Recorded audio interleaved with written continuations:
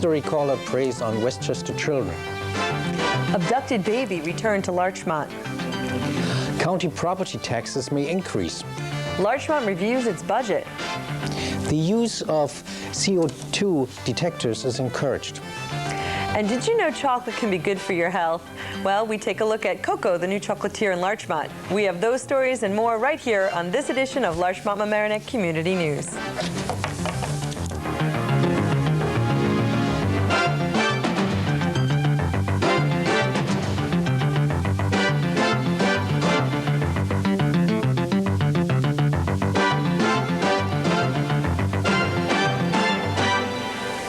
Hello and welcome to Larchmont-Mamaroneck Community News. I'm Sven Oehmer. And I'm Alicia Myro. Our top story. Well, for news about a mystery caller preying on children in Westchester, we turn to Larchmont-Mamaroneck Community News reporter Kate Fahey. Have you ever wondered if your child's safety is at risk? Well, in recent weeks across Westchester County, an anonymous phone caller has been terrorizing children. The caller is ordering the kids to answer the telephone to do perverted things and tells them he is watching their every move. So, if the children do not follow the orders, then it will result in violence. There has been at least 12 children in Briarcliff Manor, Newcastle, Somers, and Mamaroneck who have received these disturbing calls. The police believe that this is the same man who made dozens of harassing phone calls last winter, and possibly as far back as the winter of 1999. The Briarcliff Police Detective Joseph Puglisi says he's looking for young children to answer the phone. He convinces the children through deception that he is watching them, and he threatens them with bodily harm, saying that he and his friends will come and hurt them, rape them, if they don't stay on the phone and do as they are told. A 12-year-old boy in Mamaroneck received a call from the villain at 9:45 a.m. on one morning over the winter break. He was ordered to stand in the front window. However, the boy handed the phone to his older sister. She was ordered to take off her pants and sweatshirt. The caller then hung up the phone after saying, "Just kidding." All of the police departments throughout the county are sharing information so that they can find the caller as soon as possible. In the case of receiving a phone call from the anonymous caller, children should never say that their parents aren't home and should hang up and contact their parents or the police immediately. You may also dial star 57 to attempt to trace the caller. Once again, that is star 57. For Larchmont-Mamaroneck Community News, I'm Kate Fahey. Well, it's in the hands of the state. The potential property tax increase, that is, to get the sales tax proposal heard in Albany and stave off the potential increase in property tax of nearly 15%, the county has to first draft a bill and then pass a measure asking the state to enact it. The problem is many state lawmakers are still on vacation, and passing legislation takes time. The county approved a $1.33 million budget on December 21st. The budget that passed included $67 million in revenue for a 1% sales tax increase if started on March 1st. The alternative to a sales tax increase is a 14.8% property tax increase and a cut in spending of nearly $14.9 million. If the cuts in spending are instituted, layoffs of police who patrol many local highways would be a consequence, as well as reduced aid to community health clinics, women's shelters, museums, and other nonprofit organizations. One way or the other, local residents will be paying more. Taxes will go up to 7.75% in our area if approved by the state, or property taxes will rise. We'll keep you posted on this taxing issue. The New York State Legislature is going to have to make some important decisions in 2003. The state budget deficit could reach $10 billion. This budget gap has to be closed. Doing so will require the state to cut back its spending or increase taxes. First, it will be up to the governor to propose a budget that the legislature will then review and discuss. State legislators will also have to balance the current fiscal year's budget. It is estimated to show a $2 billion gap. In addition, legislators will also have to deal with healthcare issues and also with rent control. The spending for these two sectors will affect the budget of New York State too. As in the past, it is very unlikely that the state budget will be passed by the deadline of April 1st. Speaking of budgets, the Larchmont Village Board of Trustees is trying to be better prepared for the discussions for the 2003-2004 budget. The board has established a 6-month review process. As part of this process, the current expenses and revenues will be compared to the ones that are expected for the next fiscal year. Mayor Ken Bialo told The Times, "These are not good times. There are a lot of people in our village out of work. This is not a good time to be thinking about extending one's expense budgets, but instead holding the line if you can do it, or contracting one's expense budget." End of quote. One additional burden on local budgets this winter is the removal of snow and ice over the last couple of weeks. Some of the last winters have been cheap winters for the municipalities because we didn't have many ice and snowstorms. But this winter season looks like an expensive one.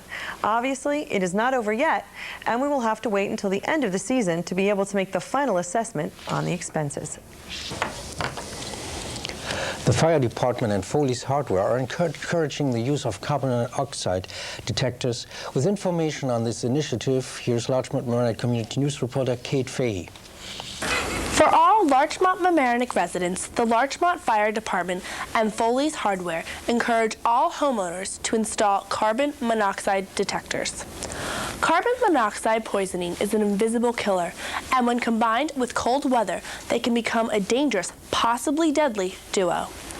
The gas can be released into your household through a malfunctioning furnace or fumes from your car warming up in an attached garage. They may also emit from gas-burning appliances, fireplaces, or charcoal grills. Carbon monoxide is odorless and colorless, only sensible from a detector. In Larchmont, the fire department received numerous calls, critical and potentially critical, due to the release of carbon monoxide.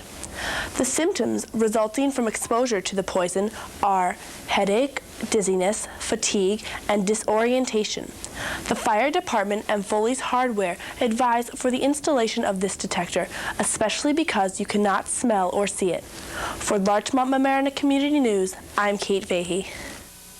In his budget proposal, County Executive Andrew Spano originally planned a raise of the one-way fare for bus riders by 20 cents and a cutback of 41 bus routes in Westchester County.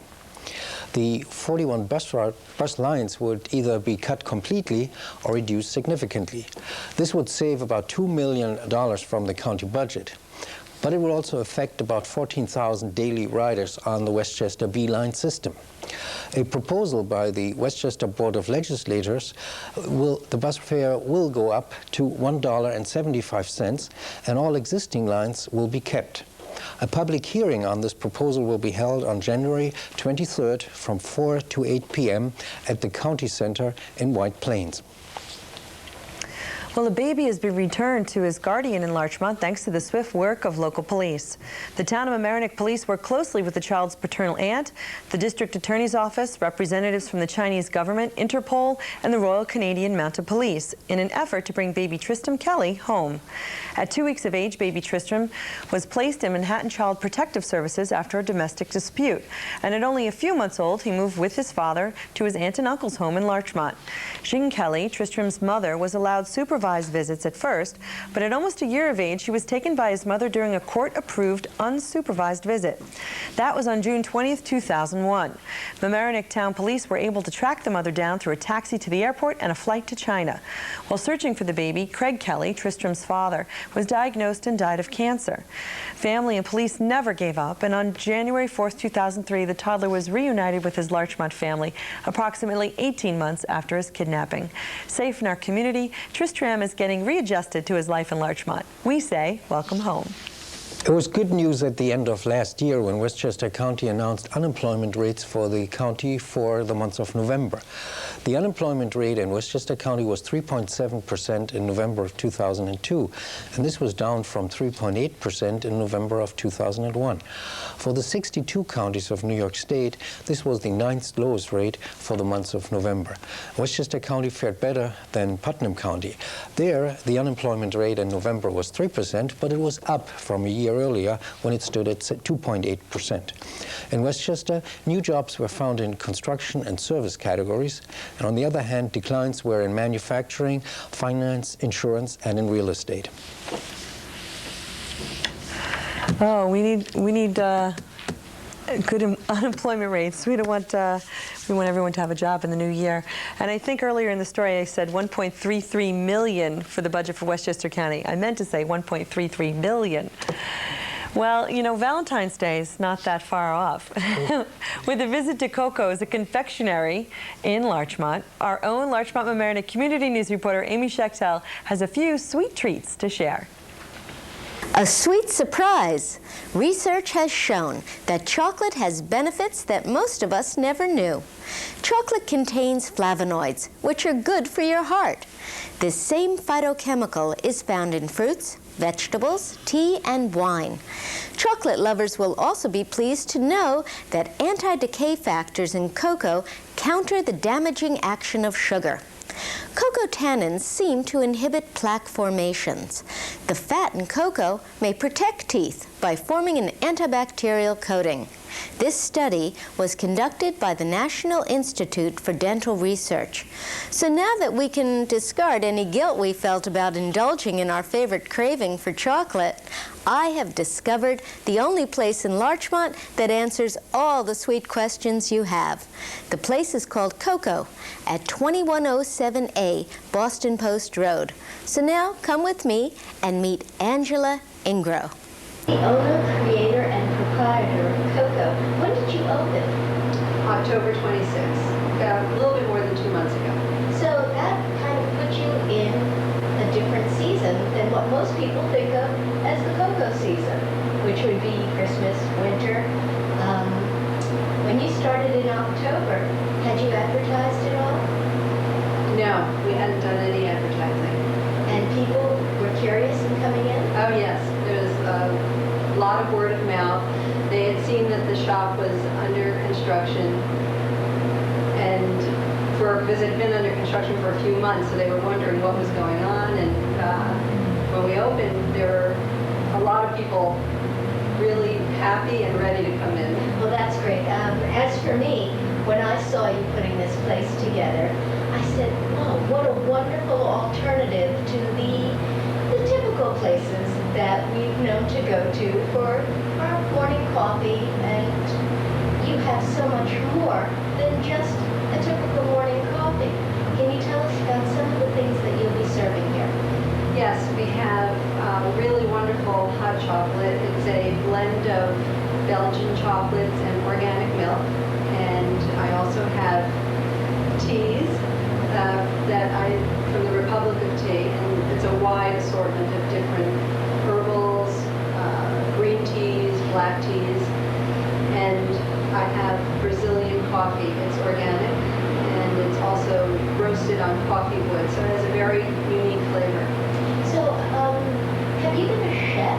I mean, do you have an understanding of sugars and coffees and foods and chocolates? Yes, I actually went to culinary school after college and was a pastry chef for a few years, and then over time took a little time off to raise my children and got into nutrition and health more, and I've just always been aware of healthy eating.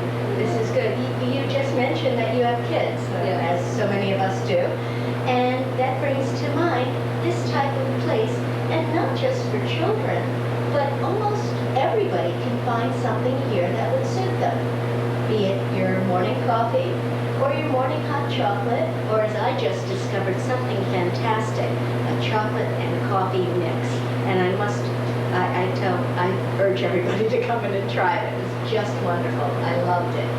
But I'm noticing there's cookies and all of that. But as I was saying, in the morning coming in for a hot drink to start your day, and then during the day, picking up whatever baked or candy items that you would want to have in your home, and then of course coming home at the end of the day to pick up dessert for dinner. So there seems to be something for everyone here, Angela. Yes, I think there probably is. You're right. I'm so happy to have you as part of our community. Thank you. And I can't wait to try some more of your things. Great, thank you. Thank you so much for joining us today.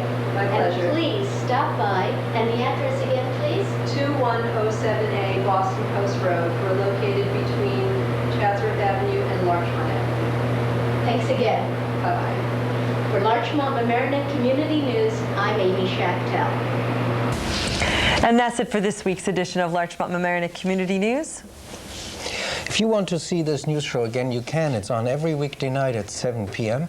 We record a show each week, and it's replayed on this channel, LMC-TV, and now it's channel 75. Or if you want to request to see it, you can call LMC-TV after 4 in the afternoon during the week at 698-6808 and ask to see the new show. They'll try to put it on at a time that's convenient for you to watch. And this reminder, this news program is an all-volunteer effort, and we could use a few more volunteers at the behind the scenes or as a reporter. Or maybe you'd like to shoot video. And whatever the case, we need you. In short, if you want to volunteer to help us put this program on, we have something for you to do. Stop by some Thursday night in the LMC-TV studios and see how we do what we do. The LMC-TV studios are in the Mamaroneck High School, the Palmer Avenue side. It's just up the stairs across from the landmark Walter's hot dog stand. We get things started around 7 p.m. and we would love to see you. Also, if you have any comments or suggestions or some video of an event that you would like us to put on this new show, bring it to the studio or write to us at Larchmont Mamaroneck Community News in care of LMC-TV, 1 Library Lane, Mamaroneck, New York, 10543. And thanks again for watching Larchmont Mamaroneck Community News. I'm Sven Oehme. And Tom Shimaro. We'll see you next week. All right.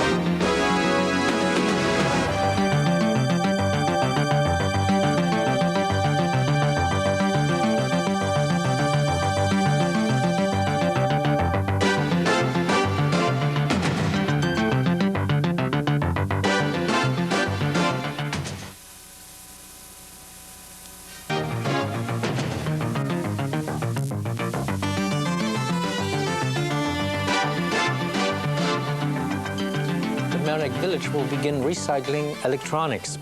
Homicides increase in Westchester. Town board outlaws McMansion proliferation. The Army Corps wants to clean up Larchmont Reservoir. Larchmont Village Democrats announced their candidates. And we'll visit Outerlux, the clothing store in Larchmont. We have those stories and more right here on this edition of Larchmont Mamaroneck Community News.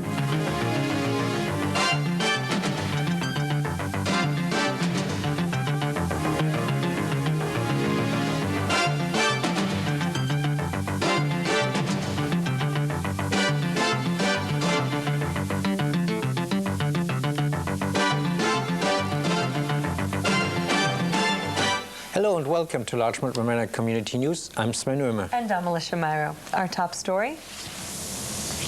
Well, the number of murders in Westchester rose to 38 in 2002, its highest levels in 6 years. The reports came from the State Department of Criminal Justice Services, which reported 22 murders in 2001. The worst year in the past decade was in 1996, when 42 murders were reported. Local homicides can be broken down into 2 categories, said White Plains Safety Commissioner Frank Straub in the Journal News. Quote, those that are the result of domestic disputes or situations between people who know each other, or those that are the result of robberies, drug activity, or other street crimes, end of quote. About half of Westchester's homicides in 2002 were cases in which the victim and suspect were in a relationship or knew each other. Of Westchester's 38 homicides last year, 18 involved a gun or blade, and assaults and beatings accounted for 6 murders. Others were random. Westchester law enforcement agencies continue to strive to prevent as many homicides as possible and aggressively investigate murders that do occur. At its first board meeting in 2003, the Mamaroneck Town Board unanimously passed a law that prohibits the construction of so-called McMansions. Under the new law, the floor area of a house is limited to a percentage of the size of the lot.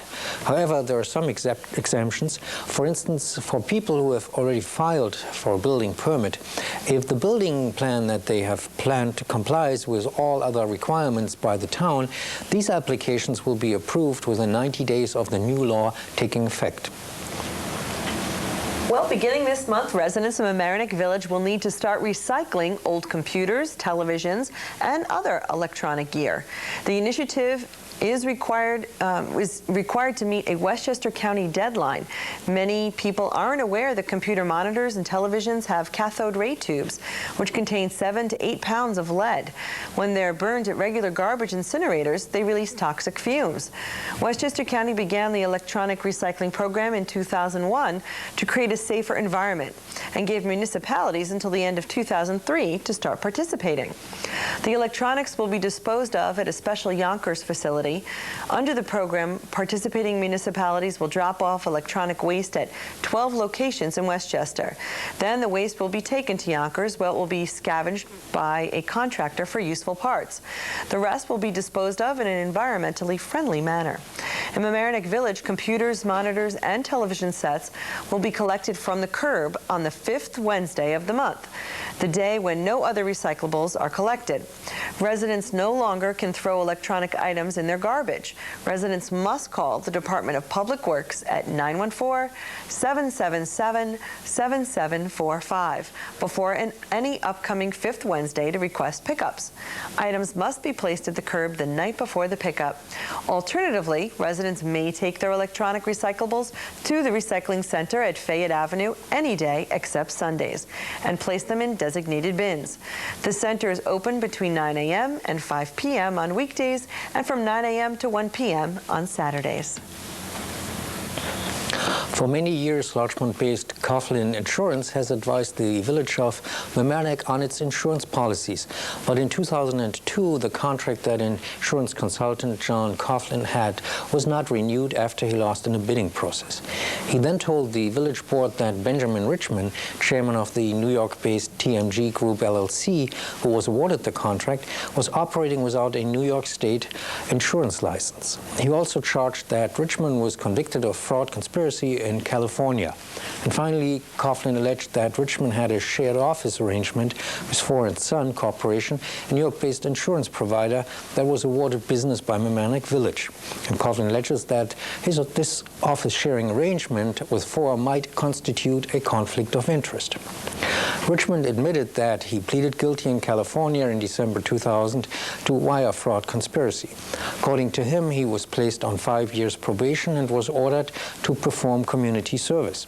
He also lost his insurance license and paid a $20,000 fee.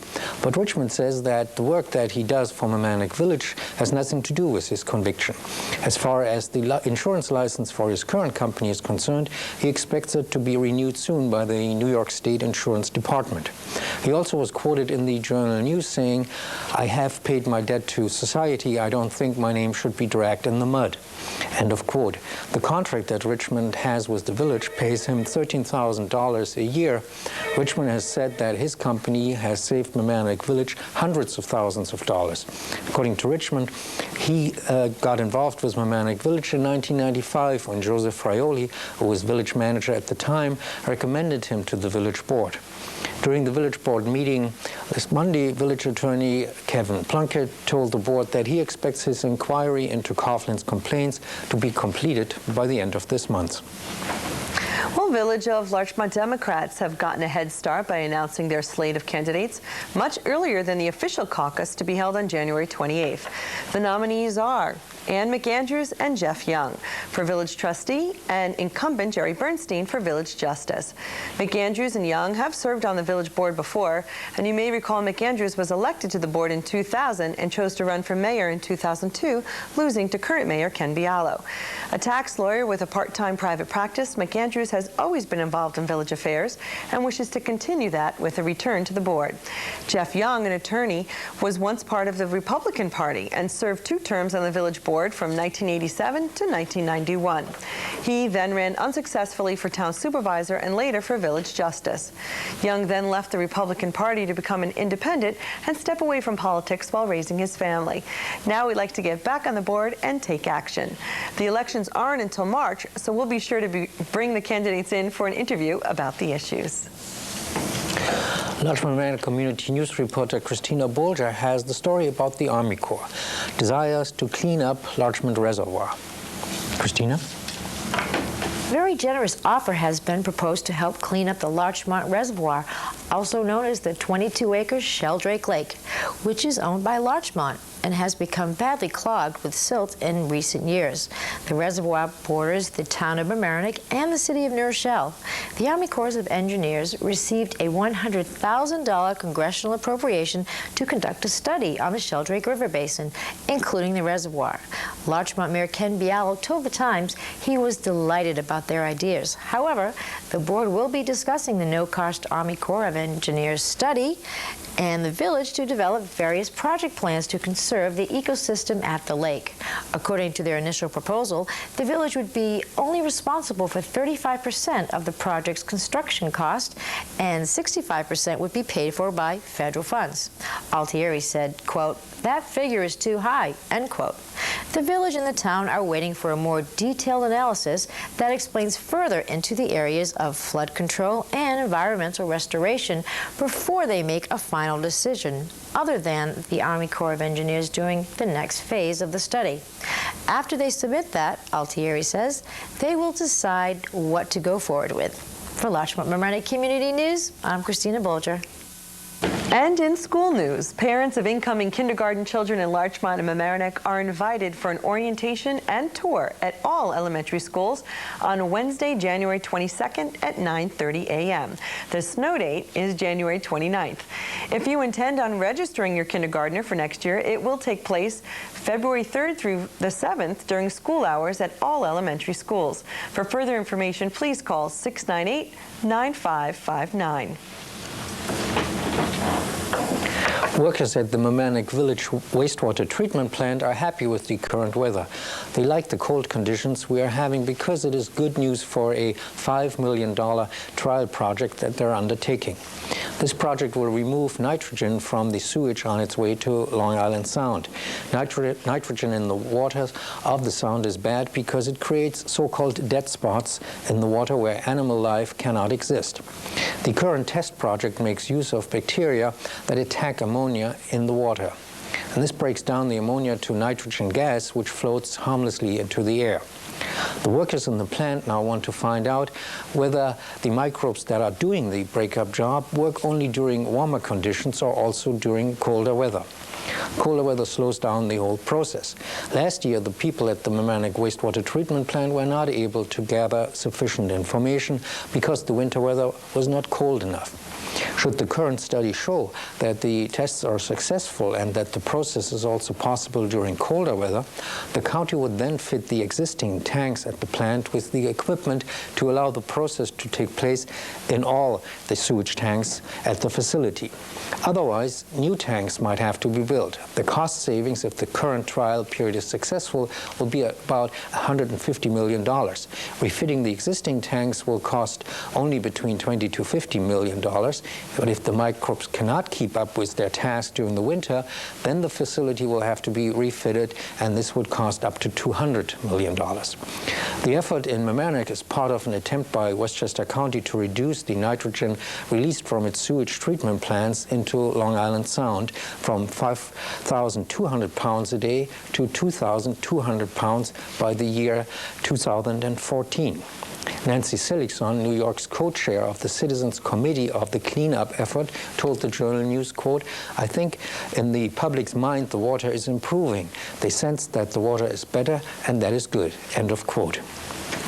The Larchmont Village Technology Committee has begun to make plans for updating the official village website.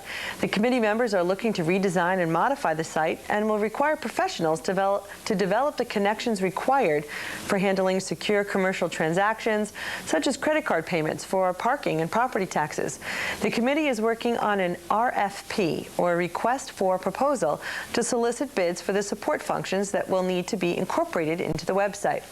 Up until now, volunteer members of the Technology Committee developed and maintain the website, but the hope is that with a redesign, the village staff can handle most of the updating required and make it more user-friendly. More details on the website and the committee's plans will be announced at the next village board meeting on January 27th. So I guess Larchmont is going to be a step ahead of the other communities, right? Up with technology.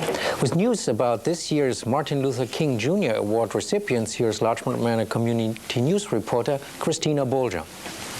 Exciting evening at the Emlyn Theater last week when long-term local resident Cora Rust and the Mamaroneck Schools Foundation received the Martin Luther King Jr. Award. There was music, dancing, refreshments, and great conversations at the 16th annual program to honor the memory of the Reverend Dr. Martin Luther King Jr. There was also a roundtable discussion with some of our local clergy. Representing the Larchmont Avenue Church was Reverend Bill Crawford, from the Straight Gate Church, Bishop Wayne Powell, and from the Larchmont Temple was Rabbi Jeff Zirkman. The Larchmont Mamaroneck Human Rights Commission sponsored the event. Congratulations to all the recipients of this prestigious award. Reporting for Larchmont Mamaroneck Community News, I'm Christina Bolger. New York State's budget for the current fiscal year will probably finish with a deficit of at least $2 billion. The budget gap in next year's budget that will start on April 1st is estimated at about $10 billion. However, Governor Pataki has said that he does not anticipate raising taxes to balance the budget. Yet residents may still face higher fees for services and will also pay higher prices for public transportation.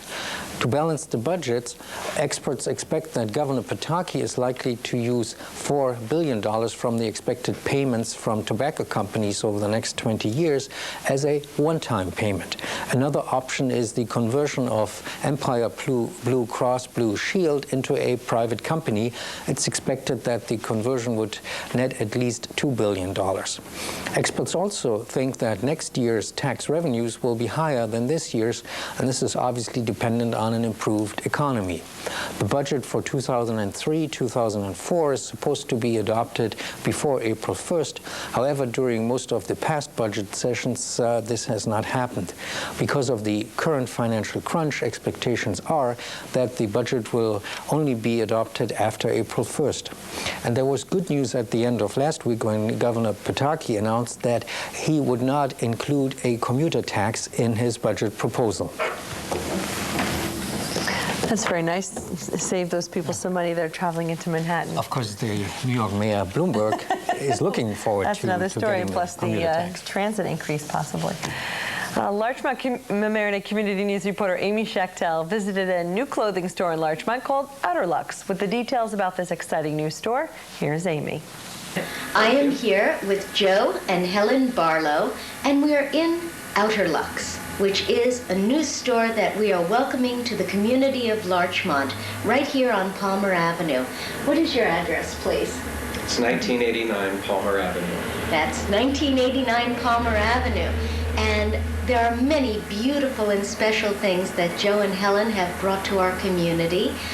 And I'm looking around me now, and I see beautiful coats. And in this cold season, what is more important than keeping warm and looking good? And feeling wonderful in it. And I see things all around me that I know I'd feel great in, and I think most women and men. You have coats for men as well as women? Absolutely. We have coats for young ladies, women, and men. The men's collection are mostly reversible leathers, shearlings for skiing or weekend in the mountains. Right. And the collection for women's is very broad. It goes from fur-trimmed denim jackets up to shearling coats. Everything that we do is made in Florence and Bologna. Wow. Have you traveled to those parts of the world to find your coats? Yes, yes. We make trips 4 times a year to Italy. Everything we do is exclusive to Outer Lux.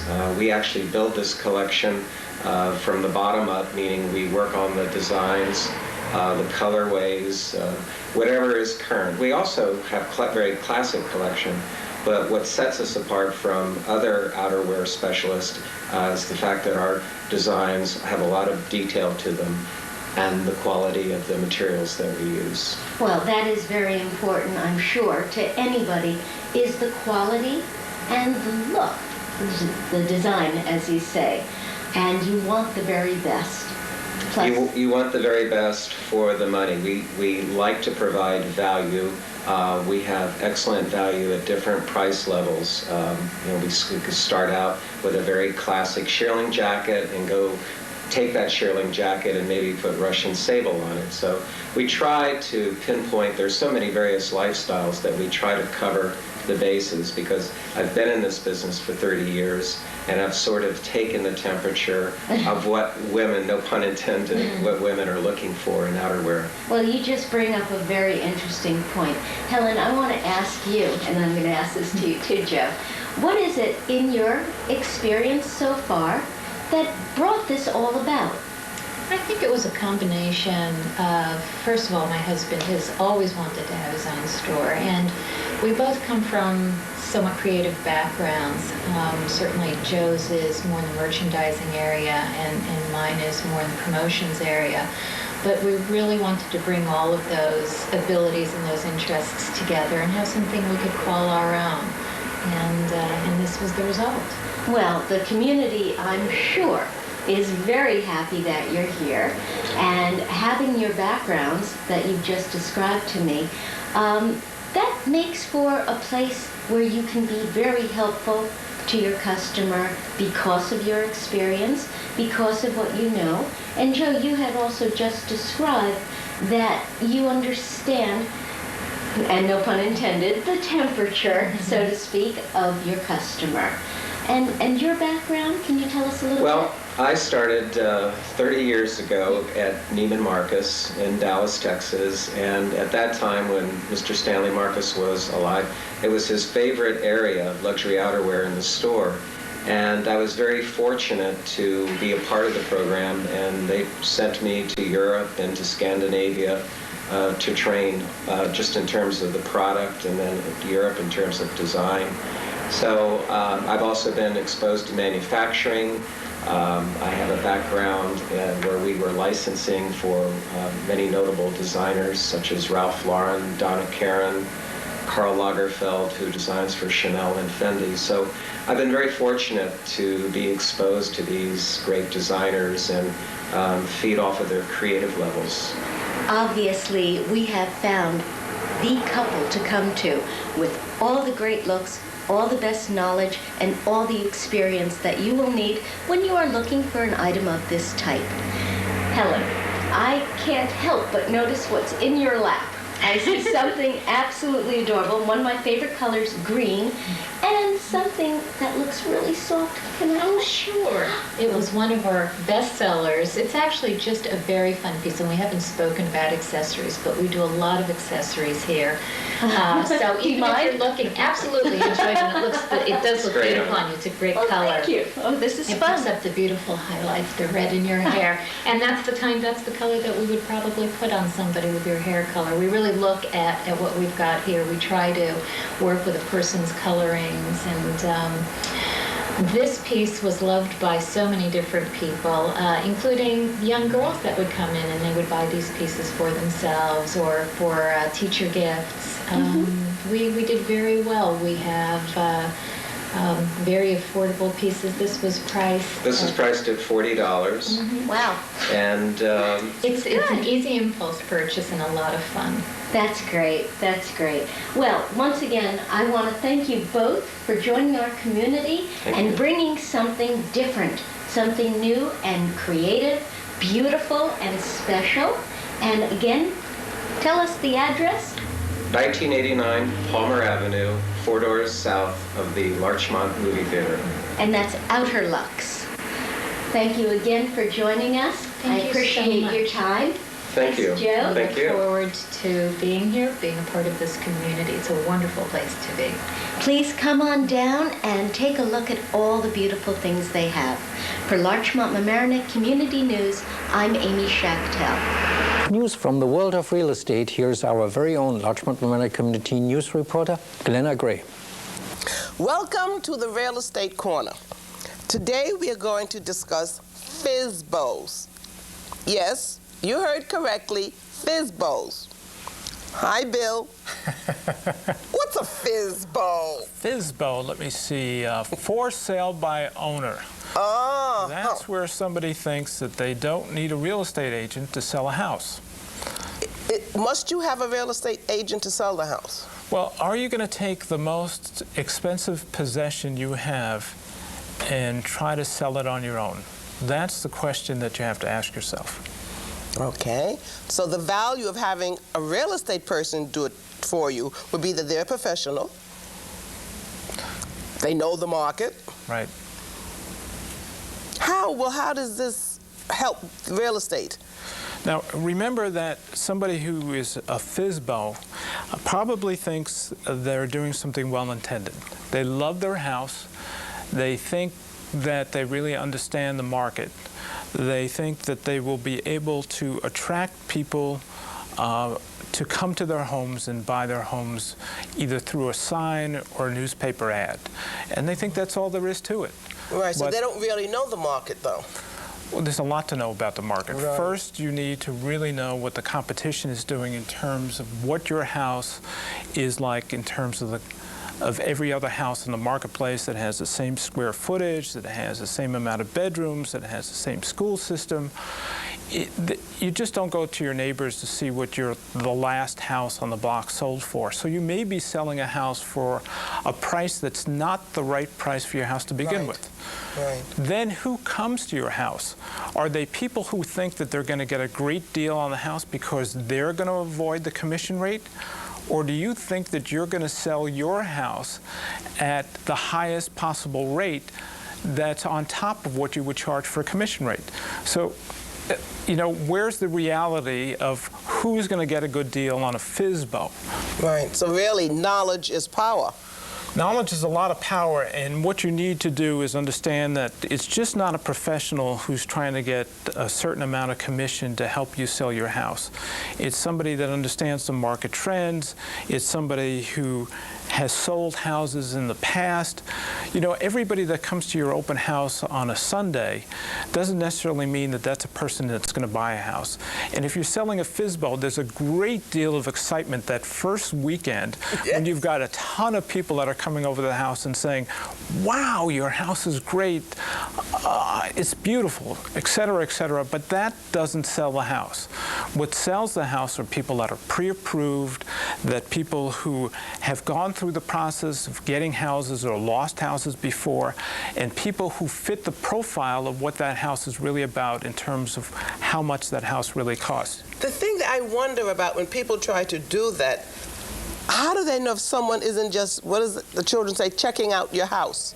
Well, you don't know that. And after the first week, when you have a bunch of people that came in and you call them back and they never call you back again, when you find out they're not pre-approved or they lowball your house, or worse still, they buy your house on the first weekend and then you find out that your house was worth a lot more because you didn't have the market value of the house that you're originally supposed to have. Right. That's when you don't do yourself a benefit. You know? Right. Most people do use a professional person.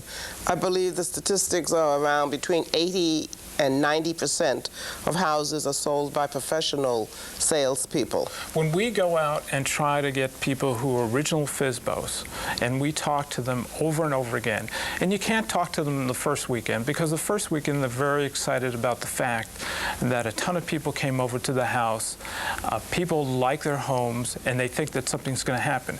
Go back and talk to a FSBO 4 or 5 weeks later, when it's not that much fun to have strangers in your house talking about how it feels emotionally and what you really feel about the house, and then try to negotiate with those people. Try to go through the inspection process. Try to go through the appraisal process. Try to do all the things that you probably have never done before without a professional realtor, and then you find out where the worth of a realtor really is. Yes. I wonder now, when people work all day, how can their homes be shown to people if they're working from 9 to 5 and they leave the house 7:30 in the morning? So they cut off the number of people that they can see except on Saturday and Sunday. Look, we do open houses all the time. Who's we? What? We at Weichert Realtors do open houses all the time. And we realize that the vast majority who buy homes in this area are other realtors who have the right people for the right home. And they are able to segment the audience to bring those right people to your home. They know that this is a person that wants a certain amount of footage, that wants to have a certain house. And each realtor, if there are so many realtors in town, each one of them have 5 or 10 people that they want to bring around to a certain house. You are eliminating that population by not bringing those people into your home, because realtors sell homes.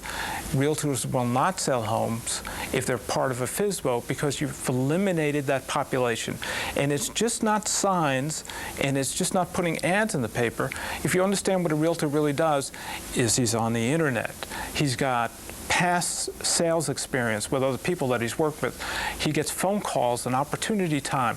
He's got a myriad of people and connections to bring people to your house. That's what it's about. It's about getting the highest and best offered bids that you possibly can on your own home, and that's very hard to do on your own. You can try it, and you know what? After a while, you're going to see that's not the way to do it, and that you need a professional who's worth every dime, because in the end, he's going to make the deal go flawless, and he's going to make you a very happy person. And when we go to those closes at the end, people are always shaking our hands, telling us that this would have never happened without us.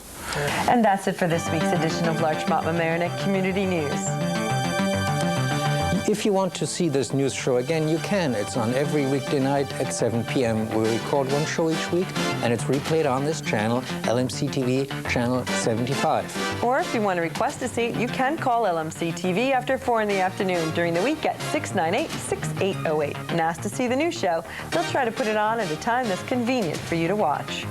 And this reminder, this news program is an all-volunteer effort, and we could use a few more volunteers, either behind the scenes or as a reporter, or maybe you'd like to shoot video. Whatever the case, we need you. In short, if you want to volunteer to help us put this program on, we have something for you to do. Stop by some Thursday night in the LMC-TV studios and see how we do what we do. The LMC-TV studios are in the Mamaroneck High School, the Palmer Avenue side, just up the stairs across from the landmark Walter's hot dog stand. And we get things started around 7 p.m., and we would love to see you. Also, if you have any comments or suggestions or some video of an event that you'd like us to put on this new show, bring it to the studio or write to us at Larchmont-Mamaroneck Community News in care of LMC-TV, 1 Library Lane, Mamaroneck, New York, 10543. And thanks again for watching Larchmont-Mamaroneck Community News. I'm Sven Oehmer. And I'm Alicia Myro. We'll see you next week. Okay, so there we go. We finally